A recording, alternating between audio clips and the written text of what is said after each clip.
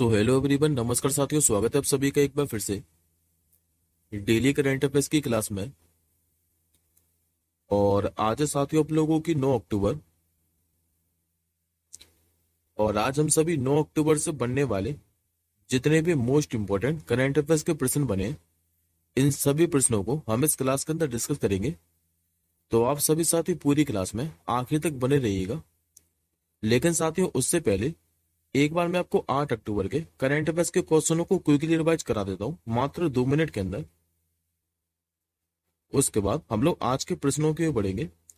तो जैसा कि साथियों लास्ट क्लास के अंदर मैंने आप लोगों को पढ़ाया था कि अभी वर्ष 2024 का जो मेडिसिन और फिजियोलॉजी का नोबेल पुरस्कार है ये किसे दिया गया है। तो इस बार साथियों ये दो वैज्ञानिकों को मिला है। एक का नाम है विक्टर एम्ब्रोस और दूसरे का नाम है गैरी रुकुम। और ये दोनों के दोनों साथियों जो वैज्ञानिक है इनका संबंध अमेरिका से है। मैंने आपको दीपा कर्माकर का नाम पढ़ाया था और इन्होंने भी संन्यास की घोषणा कर दी है। इनका संबंध किस खेल से है? तो जिम्नास्टिक से। अभी प्रधानमंत्री मोदी जी ने गेल के पहले जो कंप्रेस्ड बायोगैस प्लांट है इसका उद्घाटन कहां पर किया है? तो याद रखेंगे साथियों झारखंड की रांची के अंदर। आरबीआई के साथ जो मौद्रिक नीति समिति है अभी इसके सदस्य के रूप में किसे नियुक्त किया है? तो अभी साथियों 3 व्यक्तियों को गए कि आरबीआई की जो मौद्रिक नीति समिति है इसके सदस्य बनाए। एक तो डॉक्टर नागेश कुमार को, दूसरे सौगत भट्टाचार्य और तीसरे कौन है? तो प्रो राम सिंह। दुनिया की भी पहली बायोनिक आंख के बारे में मैंने आपको पढ़ाया था जो कि जेनेरिक बायोनिक विजन सिस्टम है। इसको भी कहां पे विकसित किया है? तो ऑस्ट्रेलिया के अंदर। किस राज्य अभी केंद्र शासित प्रदेश के जो पश्मीना ऊन है इसको भी जीआई टैग दिया गया था? तो लद्दाख के। भारत और किस देश ने अभी क्रिटिकल मिनरल की सप्लाई चेन के लिए समझौते ज्ञापन पर हस्ताक्षर किए थे? तो भारत और अमेरिका ने। बंजारा विरासत संग्रहालय के बारे में मैंने आपको पढ़ाया था। इसका उद्घाटन अभी कहां पर किया है? तो महाराष्ट्र के वाशिम के अंदर। यूनाइटेड किंगडम ने जो चागोस द्वीप समूह है इसे भी किस देश को सौंपने पर सहमति जताई है? तो ये जताई साथी मॉरिशस देश को। और लास्ट क्वेश्चन मैंने आपको दिवस से संबंधित पढ़ाया था कि जो विश्व कपास दिवस है यानी कि वर्ल्ड कॉटन डे ये प्रतिवर्ष कब मनाया जाता है? तो हर साल 7 अक्टूबर को। अब आज का साथियों पहला क्वेश्चन देखिए। आज का साथियों आपका जो पहला ही क्वेश्चन है ये मोस्ट इंपोर्टेंट रहने वाला है। ये आज का आपका दूसरा नोबेल पुरस्कार का क्वेश्चन है। आप लोगों से पूछ रहा है कि भी वर्ष 2024 का जो भौतिकी का नोबेल पुरस्कार है ये किसे प्रदान किया गया है? तो पहले तो साथ इस क्वेश्चन का आप लोग आंसर जान लीजिए कि वर्ष 2024 का जो फिजिक्स का नोबेल पुरस्कार है ये इस बार 2 वैज्ञानिकों को मिला है। एक का नाम है जॉन हॉपफील्ड और दूसरे वैज्ञानिक का नाम है तो जेफरी हिंटन। करेक्ट आंसर होगा आपको ऑप्शन नंबर डी। देखिए साथ जो royal Swedish academy of science है इसी के द्वारा ये नोबेल पुरस्कार की घोषणा की गई है फिजिक्स के। और इस वर्ष में आपको बता चुका हूं कि ये 2 वैज्ञानिकों को पुरस्कार मिला है। एक तो अमेरिका के जॉन हॉपफील्ड को मिला है और दूसरे जो जेफरी हिंटन है ये कनाडाई ब्रिटिश है। और इनको साथ ही किस खोज के लिए मिला है? तो यदि आप लोगों से पूछे कि जॉन जो हॉपफील्ड है और जेफरी हिंटन इनको किस खोज के लिए भौतिकी का नोबेल पुरस्कार दिया है? तो याद रखेंगे आर्टिफिशियल न्यूरो नेटवर्क के साथ मशीन लर्निंग को सक्षम करने वाली खोज और आविष्कार के लिए। अब बात करते हैं साथ हम लोग नोबेल पुरस्कार के बारे में। तो मैंने साथियों आपको कल भी पढ़ाया था कंप्लीट नोबेल पुरस्कार के बारे में। जैसे कि साथियों मैंने आपको पढ़ाया था कि ये जो पुरस्कार है ये अल्फ्रेड नोबेल की स्मृति में दिया जाता है। पुरस्कार की शुरुआत कब हुई थी? तो 1901 के अंदर। और पहली बार साथियों जो नोबेल पुरस्कार है ये किससे मिला था? तो विलियम के रॉन्टजन को। नोबेल पुरस्कार में कितनी इनामी राशि दी जाती है? तो इसमें 10 लाख अमेरिकी डॉलर की नगद इनामी राशि दी जाती है। और ये जो नोबेल पुरस्कार है ये 6 क्षेत्रों में प्रदान किए जाते हैं, जिसमें साथियों मैंने आपको पढ़ाया था कि 5 क्षेत्रों में तो जो है ये स्वीडन की राजधानी स्टॉकहोम के अंदर प्रदान किए जाते हैं। लेकिन एक मात्र जो पीस का पुरस्कार है यानी कि शांति का ये दिया था नॉर्वे की राजधानी ओस्लो के अंदर। और यदि आप लोगों से पूछे कि पहले भारतीय कौन थे जिनको फिजिक्स का नोबेल पुरस्कार मिला था? तो ये साथियों सर सीवी रमन को मिला था 1930 के अंदर रमन प्रभाव की खोज के लिए। अब आज के साथियों दूसरे क्वेश्चन की बढ़ते हैं। आज का साथियों आप लोगों से दूसरा क्वेश्चन पूछ रहा है कि अभी जो बैंक ऑफ बड़ौदा है इसने किसे अभी अपना ब्रांड एम्बेसडर बनाया है? तो वैसे तो साथ इस क्वेश्चन का जो आंसर है ये आप लोगों को इमेज में स्पष्ट दिखाई दे रहा है। ये बना अभी मास्टर ब्लास्टर सचिन तेंदुलकर साहब को। करेक्ट आंसर होगा आपको ऑप्शन नंबर ए। खाली साथियों ब्रांड एम्बेसडर में आपको इतना ही याद रखना है कि किस कंपनी का ब्रांड एम्बेसडर बनाए और किसे बनाए। तो याद रखेंगे भी जो बैंक ऑफ बड़ौदा है, इसके भी जो ब्रांड एम्बेसडर बन चुके हैं ये मास्टर ब्लास्टर सचिन तेंदुलकर साहब बन चुके हैं। अब ये साथियों ब्रांड एम्बेसडर से संबंधित क्वेश्चन है। तो अभी मैंने आपको हाल फिलहाल में जितने भी ब्रांड एम्बेसडर पढ़ाए वो मैं आपको सारे के सारे रिवाइज करा देता हूँ, तो सभी को ध्यान से देखिएगा। जैसा कि साथी मैंने आपको नीरज चोपड़ा का नाम पढ़ाया था, बाला फेंक खिलाड़ी, इनको भी भारत पेट्रोलियम का ब्रांड एम्बेसडर बनाया गया था। मनु भाकर का नाम याद कीजिए, मैंने आपको रिसेंटली पढ़ाया था, इनको भी जो बंदरगाह जहाज रानी और जो जलमार्ग मंत्रालय है, इसका ब्रांड एम्बेसडर बनाया। मनु भाकर को हरियाणा में जो बेटी बचाओ बेटी पढ़ाओ है, इसका भी ब्रांड एम्बेसडर बनाया है। नरेंद्र कुमार यादव का नाम पढ़ाया था मैंने आपको, इनको फिट इंडिया मूवमेंट का ब्रांड एम्बेसडर बनाया गया था। विराट कोहली का नाम पढ़ाया था मैं आपको रिसेंटली, ये बने थे अभी पंजाब नेशनल बैंक के। सुरेश रैना को भी जम्मू एंड कश्मीर में युवा मतदाता को जागरूकता बढ़ाने के लिए बनाया गया था। कैटरीना कैफ का नाम मैंने आपको पढ़ाया था कि इनको जो स्वामी इंडिया है इसकी ब्रांड एम्बेसडर बनाया है। निखत जलील की बात करें जो कि मुक्केबाज है, इनको भी राष्ट्रीय खनिज विकास निगम का ब्रांड एम्बेसडर बनाया था। यूपीआई का ब्रांड एम्बेसडर किसे बनाया गया था, तो पंकज त्रिपाठी को। और अभी मैंने आपको सितंबर महीने के अंदर ही पढ़ाया है, 3-4 दिन पहले, कि जो रोहित शर्मा है इनको भी जेके लक्ष्मी सीमेंट का नया ब्रांड एम्बेसडर बना दिया है। अब आज का साथी तीसरा क्वेश्चन देखिए। आज का आपका साथी जो तीसरा क्वेश्चन है यह अपॉइंटमेंट से संबंधित रहने वाला है। आप लोगों से पूछ रहे हैं कि जो उड़ीसा लोक सेवा आयोग है इसके अध्यक्ष का जो पदभार है यह भी किसने संभाला है।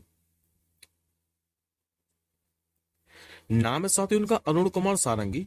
करेक्ट आंसर हो जाएगा ऑप्शन नंबर ए। दरअसल साथी जो अरुण कुमार सारंगी है ये पूर्व डीजीपी है उड़ीसा के, और इनको अभी कटक में उड़ीसा लोक सेवा आयोग के अध्यक्ष का पदभार इन्होंने संभाला है। अरुण कुमार सारंगी की बात करें तो ये वर्ष 1990 बैच के आईपीएस अधिकारी हैं। और यदि आप लोगों से पूछे कि जो अरुण कुमार सारंगी है इन्होंने स्थान किसका लिया है, तो बीजू पटनायक का। अभी साथियों अपॉइंटमेंट से संबंधित क्वेश्चन है, तो एक बार आप लोग एडिशनल इन्फॉर्मेशन में देखिए, ये सारे के सारे अपॉइंटमेंट मैंने आपको रिसेंटली पढ़ाए हैं। एक बार आप लोग फटाफट से रिवाइज करिए। जैसे कि मैंने आपको भारतीय वायुसेना के प्रमुख का नाम बताया था जो कि कौन बने थे, तो अमरप्रीत सिंह। राष्ट्रीय अपराध रिकॉर्ड जो ब्यूरो है इसका भी जो अध्यक्ष है ये किसे बनाया गया था, तो आलोक रंजन साहब को। National rifle association of India के अध्यक्ष कौन बने थे, तो कलीकेश नारायण सिंह। नारकोटिक जो कंट्रोल ब्यूरो है इसका भी नया महानिदेशक अनुराग गर्ग को बनाया गया था।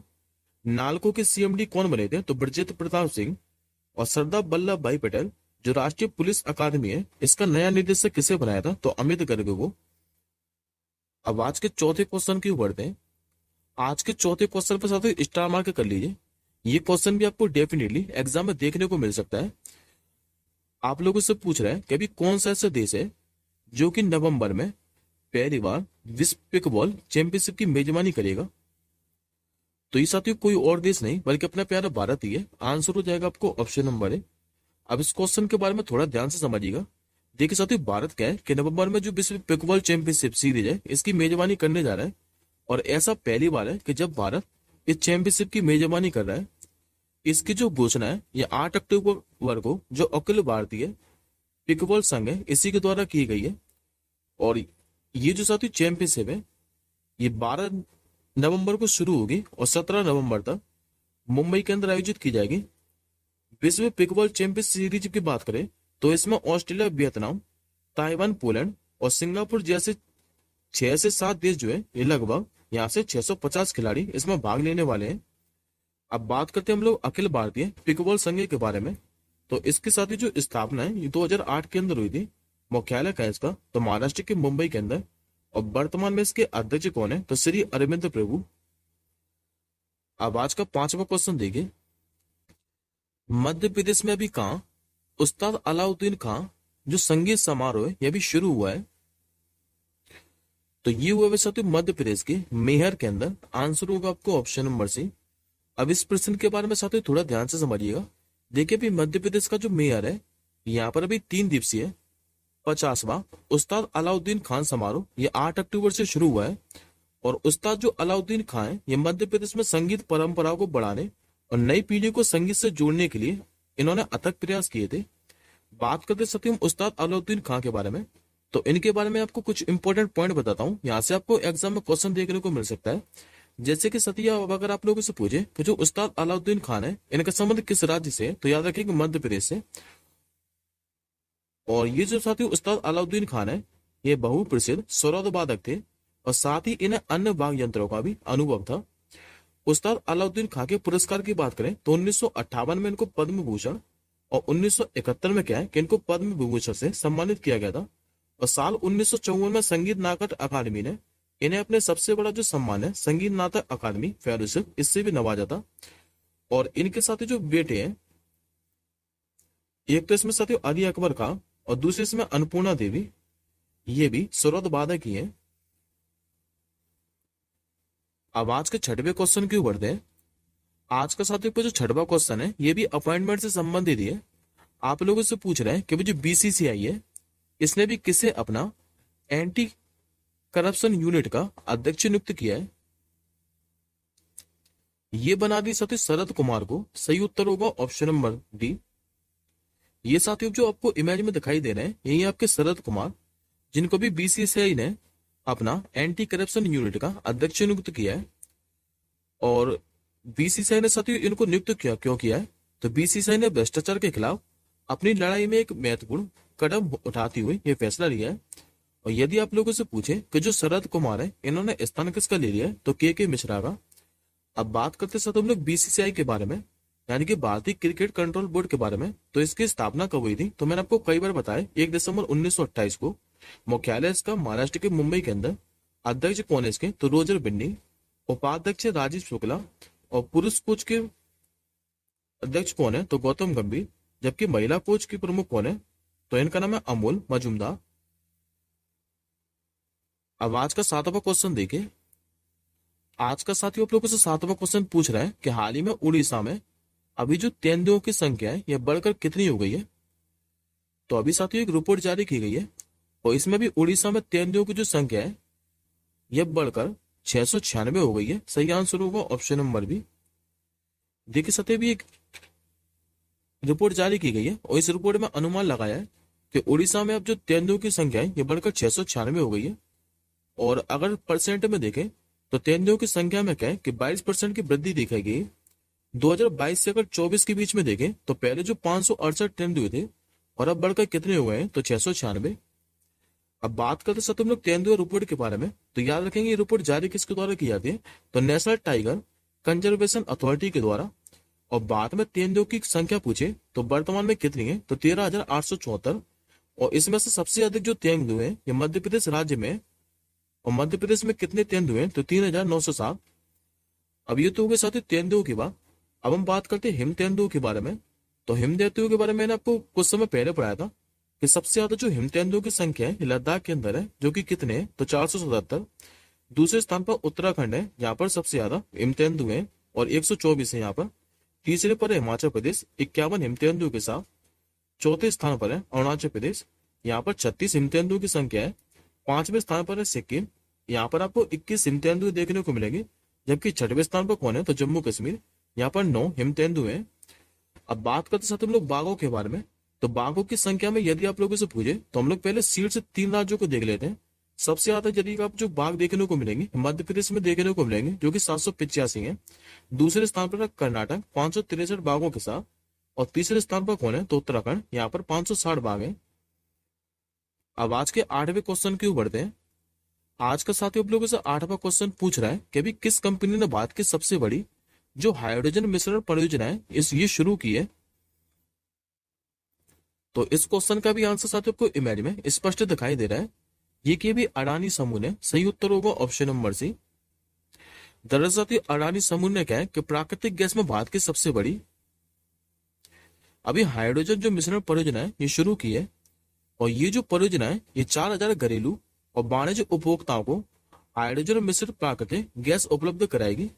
अच्छा, इसका उद्देश्य क्या है, तो उत्सर्जन में कटौती करने और जो शुद्ध शून्य लक्ष्य है इनको पूरा करना है। अडानी ग्रुप ने साथ ये जो परियोजना है ये किसके साथ मिलकर शुरू किया है, तो फ्रांस की ऊर्जा कंपनी नाम जिनका टोटल एनर्जी, इसी के साथ मिलकर इसने शुरू की है।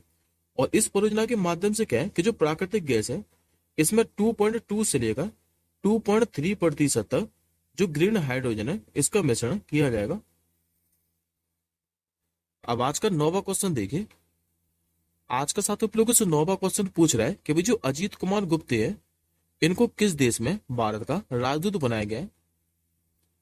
तो इस क्वेश्चन का भी साथी जो आंसर है ये आपको स्पष्ट ही दिखाई दे रहा है, क्योंकि इसका मैप पहले ही आ चुका है और ये अभी बने हैं जर्मनी देश के। सही आंसर होगा आपको ऑप्शन नंबर डी। देखिए साथी, जो अजीत कुमार गुप्ता है ये वरिष्ठ राजनयिक है और इनको भी जर्मनी में क्या है कि भारत का अगला राजदूत बना दिया है। और इससे पहले जो अजीत विनायक गुप्ते हैं ये मिस्र में भारत के राजदूत थे। बात करते साथ हम लोग जर्मनी के बारे में। जर्मनी आपको मैप में स्पष्ट दिखाई दे रहा है, जो कि यूरोप कॉन्टिनेंट के अंदर स्थित है। जर्मनी की राजधानी क्या है? तो यह बर्लिन। यूरोप कॉन्टिनेंट में, इसलिए यहाँ पर मुद्रा की चलती है तो यूरो। और यहाँ के वर्तमान में राष्ट्रपति कौन है? तो नाम है इनका साथियों फ्रैंक वाल्टर स्टीनमेयर। अभी साथियों राजदूत से संबंधित क्वेश्चन है। तो अभी मैंने आपको रिसेंटली सितंबर और अक्टूबर महीने के अंदर जितने भी राजदूत पढ़ाए वो आपको सारे के सारे रिवाइज करा देता हूँ। तो जैसे कि मैं साथियों अभी तक मैंने आपको पिछले 2 महीने के अंदर 5 देशों में राजदूत पढ़ाए। मैंने आपको नीदरलैंड में पढ़ाया था कि अभी राजदूत कौन बने थे, तो कुमार तुहिन। आइसलैंड में भारत के राजदूत कौन बने थे, तो आर रविंद्र। क्रोएशिया में अभी भारत के राजदूत कौन बने थे, तो अरुण गोयल। जो स्वाति विजय कुलकर्णी है ये भी अल्जीरिया के अंदर बनी थी। और मुक्तेश परदेसी की बात करें तो इनको भी रिसेंटली बनाया गया है तुर्की के अंदर। ये आज का साथियों का आखिरी क्वेश्चन है और ये भी अपॉइंटमेंट से संबंधित ही है। आप लोगों से पूछ रहे हैं कि भी जो प्रकाश मान सिंह राउत है इनको किस देश के मुख्य न्यायाधीश बनाया गया? ये बने हुए साथियों नेपाल देश के अंदर। सही आंसर होगा ऑप्शन नंबर ए।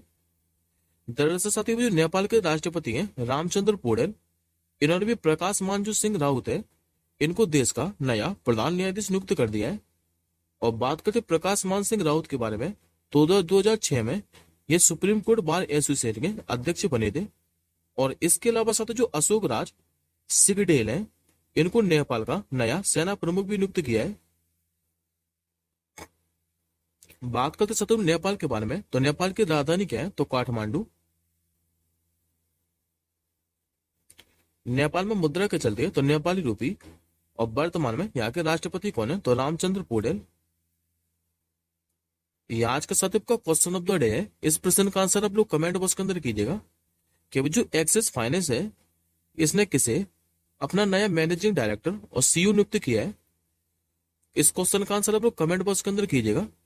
और इस क्लास के साथ जो पीडीएफ है ये आप सभी हमारे टेलीग्राम ग्रुप से डाउनलोड कर सकते हैं। टेलीग्राम ग्रुप का जो लिंक है वो इस वीडियो के डिस्क्रिप्शन बॉक्स में। अब हम जल्दी मिलेंगे अगली क्लास के साथ ही। तब तक के लिए जय हिंद, वंदे मातरम।